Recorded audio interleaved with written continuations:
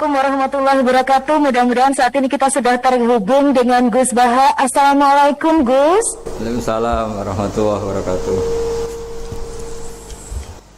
Terus saat ini kami dari Banyuwangi sudah bersiap untuk ngaji bersama dengan Gus Baha. Sekaligus nanti di penghujung acara kami juga mohon perkenannya untuk memimpin doa. Disilakan Gus Baha, monggo katuran.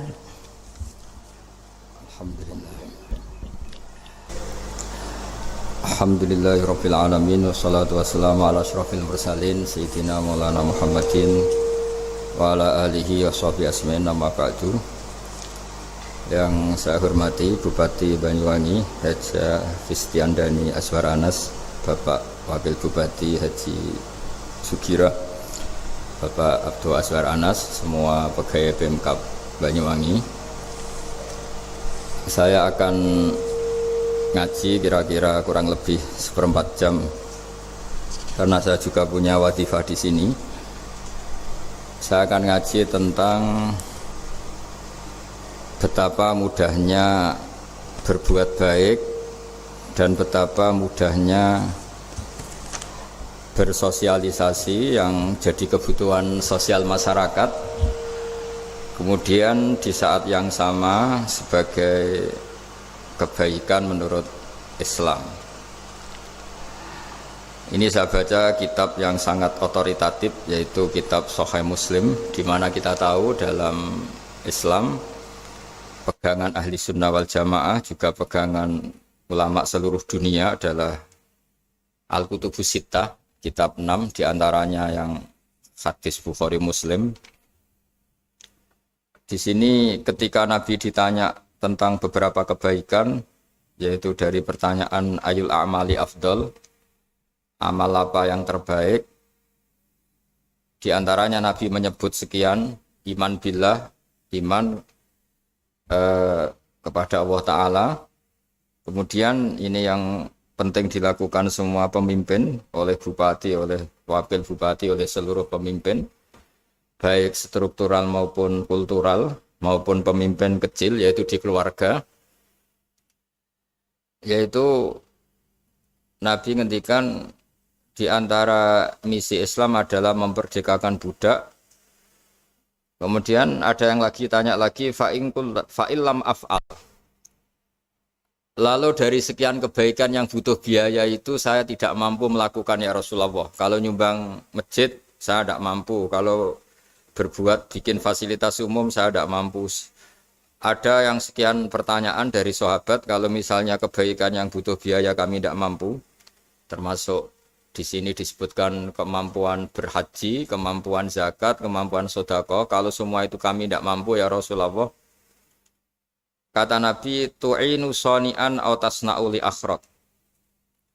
Ini di Sahih Muslim di bab iman dengan judul Babu bayani kaunil iman billah afdalal a'mal. Kalau saya tidak mampu semua melakukan itu ya Rasulullah, yaitu melakukan kebaikan yang butuh biaya, kayak bangun masjid, bangun jalan, bangun fasilitas-fasilitas publik. Tu'inu shani'an aw tasna'u li akhraq. Tu'inu nulungi sira shani'an ing wong sing ahli sun'ah, ahli kreatif, atau ahli, kalau orang sekarang itu bilang dia pekerja rumahan atau production house atau apa saja. Autas nauli akhraq, atau kamu membantu orang yang tidak punya pekerjaan. Terus sahabat masih tanya, aro'aita indo iftu an ba'dil amal. Kalau semua kebaikan aktif saya tidak mampu melakukan ya Rasulullah, kebaikan menolong orang lain, kebaikan yang bersifat aktif. Jawabnya Nabi, dan ini pegangan saya, pegangan kita semua, panduan dari Rasulullah SAW, Nabi ngendikan, takufu syarroka anin nas, fa innaha sodakotun minka ala nafsik. Ya, saya ulang lagi, takufu syarroka anin nas, fa innaha sodakotun minka ala nafsik. Kamu dalam berislam cukup menjaga supaya kejelekan kamu tidak punya imbas pada orang lain. Ya, ini penting dalam Islam, jadi kalau tidak bisa berbuat baik, potensi keburukan kita jangan sampai menimpa orang lain.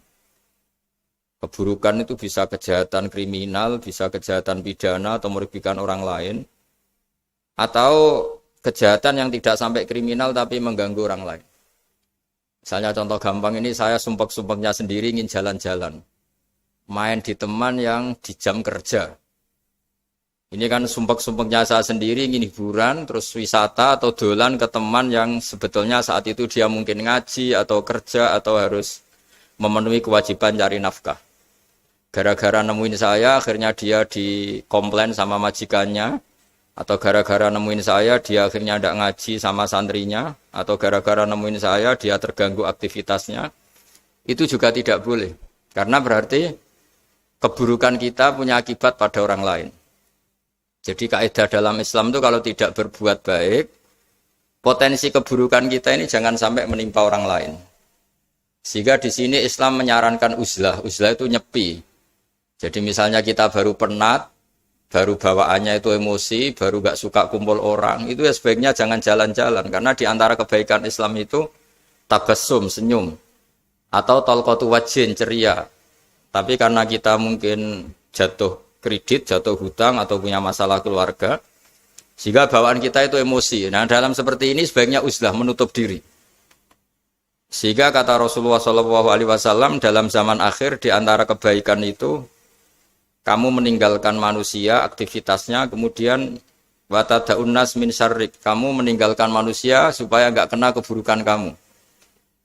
Jadi ada momen, ada saat di mana kita mungkin kalau ketemu orang itu bawaannya ingin sengak, ingin ngomong yang enggak enak, atau kita baru penat, itu sebaiknya uzlah saja, mengurung diri di kamar atau isolasi sendiri. Karena bawaannya baru emosi. Nah, ini yang jarang dipraktekkan. Kalau sekarang malah banyak yang saat susah, malah bawaannya ingin namam, ingin menvonis orang lain atau ngadili orang lain. Padahal pesannya Nabi, kalau semua kebaikan aktif tidak bisa kamu lakukan itu, takuffu syarra ka'anin nas fa innaha shadaqatun minka ala nafsik. Sehingga keburukan kita, ya saya ulang lagi, keburukan kita yang ingin emosi, ingin apa itu tidak punya akibat orang lain.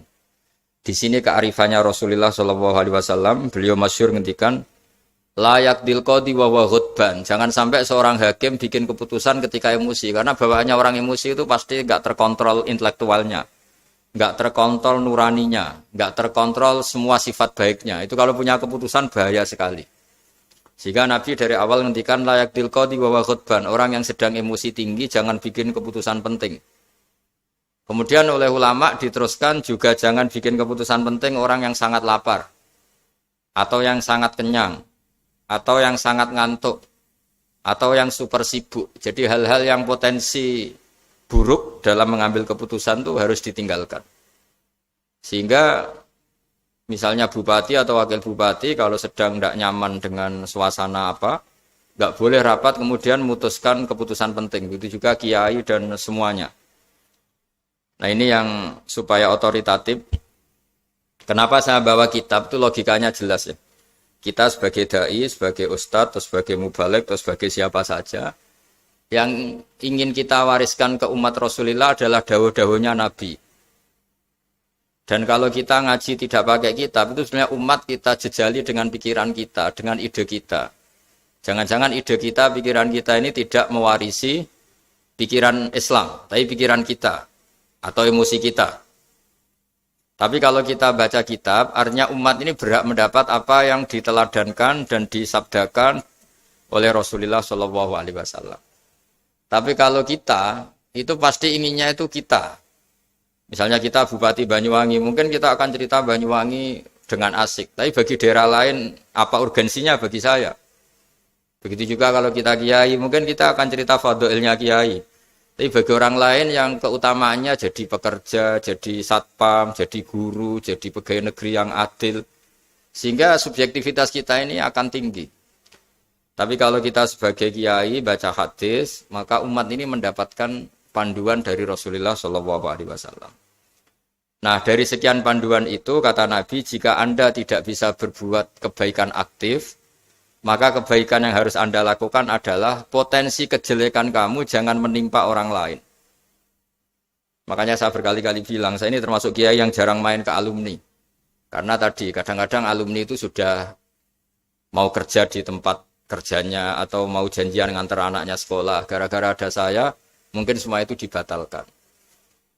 Sehingga silaturahim itu juga harus dimanage supaya tidak mengganggu haknya orang yang kita silaturahimi. Jangan sampai silaturahim jam 9, saatnya orang kerja, kemudian dia dapat peringatan dari pabriknya gara-gara sering didolani kiainya. Itu kan jadi ribet. Atau kiai karena sering didolani terus tidak ngaji, menutupi tamu terus. Itu kan jadi ribet. Apapun itu sehingga orang itu harus berpikir perilakunya itu tidak punya akibat la doror wala diror. Jangan mengganggu dirinya juga jangan mengganggu orang lain. Ini oleh Nabi disebut takuffu syarroka adin nas fa innaha sodakotun minka ala nafsik. Sifat buruk kamu itu harus dijaga supaya tidak menimpa orang lain. Dan itu berarti menjadi sodakoh kamu atau amal kamu pada diri kamu sendiri. Jadi ini penting dimaklumatkan ke semua kita. Bahwa saat kita tidak bisa berbuat baik aktif, misalnya nggak bisa sedekah, nggak bisa menolong orang, setidaknya keburukan kita tidak menimpa orang lain. Nah, termasuk keburukan yang terselubung adalah kita punya pikiran yang menurut kita ini hebat, tapi bagi orang lain mungkin bahaya. Misalnya kita punya pikiran ingin jadi orang kaya raya yang dermawan. Itu artinya kan pikiran baik karena ingin jadi dermawan. Tapi artinya bayangkan orang lain tuh miskin semua butuh derma kamu. Mana mau orang lain kamu bayangkan miskin butuh derma kamu. Orang lain juga bayangkan dirinya kaya gak butuh derma kamu. Itu namanya kebaikan yang subjektif. Kamu ingin jadi kiai yang ngajarin orang banyak. Oke, itu baik. Tapi kan berarti kamu bayangkan orang lain gak bisa ngaji terus kamu saja yang bisa ngaji sehingga kamu yang ngajarin. Ya sudahlah, kebaikan itu udah usah muluk-muluk seperti itu. Jadi apa yang ditakdirkan kita jadi bupati ya jadi yang baik, menolong pekerja-pekerja yang baik.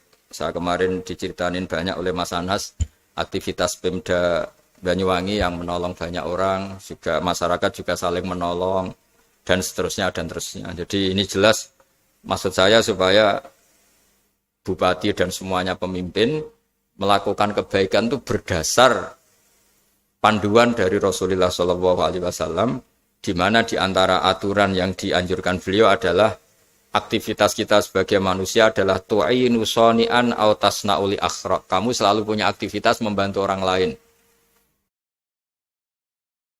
Sama semua Pemda sama wakil bupati karena saya tidak bisa lama-lama. Saya punya wadifah. Tadi ini pun sudah ngurting ngaji saya karena saya harus ikut ngaji di sini. Dan mari sama-sama berdoa. Al-Fatihah. A'udzubillahi minasyaitonir rajim. Bismillahirrahmanirrahim. Alhamdulillahirabbil alamin arrahmanirrahim maliki yaumiddin iyyaka na'budu wa nasta'in ihdinas mustaqim. Shiratal ladzina an'amta 'alaihim ghairil maghdubi 'alaihim waladdallin. Bismillahirrahmanirrahim. Nahmaduka ya ghafur ya syakur ya walil hamid. Wa shalli wa sallim ala sayyidina maulana Muhammad sallallahu alaihi wasallam asma'in. Allahumma ij'alna aminin mutmainin alladzina la khaufun 'alaihim wa la hum yahzanun. Waj'al mustama'ana hada ya Allah mustama'an mubarakan ya Allah ya Allah. Allah barik fi mustama'atina wa fi firaqina wa fi uslatina wa fi mu'akhatina. Mu'akhatan fika laka wa fika mu'akhatan ya Allah yuzkaru fiha ismukal azim. Allahumma ya Allah illam akun ya Allah ahlan an ablugha rahmataka ya Allah. Farahmatuka ahlun an tablughana. Allahumma ya wa illam nakun ya Allah ahlan an nablugha rahmataka fa rahmatuka ahlun an tablughana jami'an rahmatuka ya wa awsa ya Allah. Allahumma ya wa maghfiratuka awsa'u min dhunubina wa rahmatuka arja indana min amalina. Allahumma ya wa maghfiratuka awsa'u min dhunubina wa rahmatuka arja indana min amalina. Allahumma ya wa maghfiratuka awsa'u min dhunubina wa rahmatuka arja indana min amalina. Rabbana zalamna anfusana wa illam taghfir lana tarhamna lanakunanna minal khasirin. Rabbi ighfir li wa liwalidayya liman dakhala baitiya mu'mina wa lil mu'minina. Rabbi ighfir li wa liwalidayya liman dakhala baitiya mu'mina wa lil mu'minina wal mu'minat. Rabbana atina fid dunya hasanah wa fil akhirati hasanah wa qina adzabannar. Sallallahu alaihi sayyidina Muhammad sallallahu alaihi wasallam. Subhana rabbika rabbil izzati amma yasifun wa salamun alal mursalin walhamdulillahi rabbil alamin. Sirrul Fatihah. Bismillahirrahmanirrahim. Alhamdulillahi rabbil alamin. Ar-Rahmanir Rahim. Maliki yaumiddin. Ya na'budu wa nasta'in. Ihdinas siratal mustaqim. Shiratal ladzina an'amta 'alaihim ghairil maghdubi 'alaihim waladdallin. Assalamualaikum warahmatullahi wabarakatuh. Sangat Gus Baha, insya Allah ilmu yang sudah disampaikan pada malam hari ini akan memberi manfaat bagi kami semua di Banyuwangi. Mudah-mudahan Ibu Bapak sekalian yang kami hormati, setelah mengikuti pengajian bersama dengan Gus Baha, kita semua bisa terus meneladani Rasulullah SAW dalam memandu kebaikan. Ya. Siap Ibu?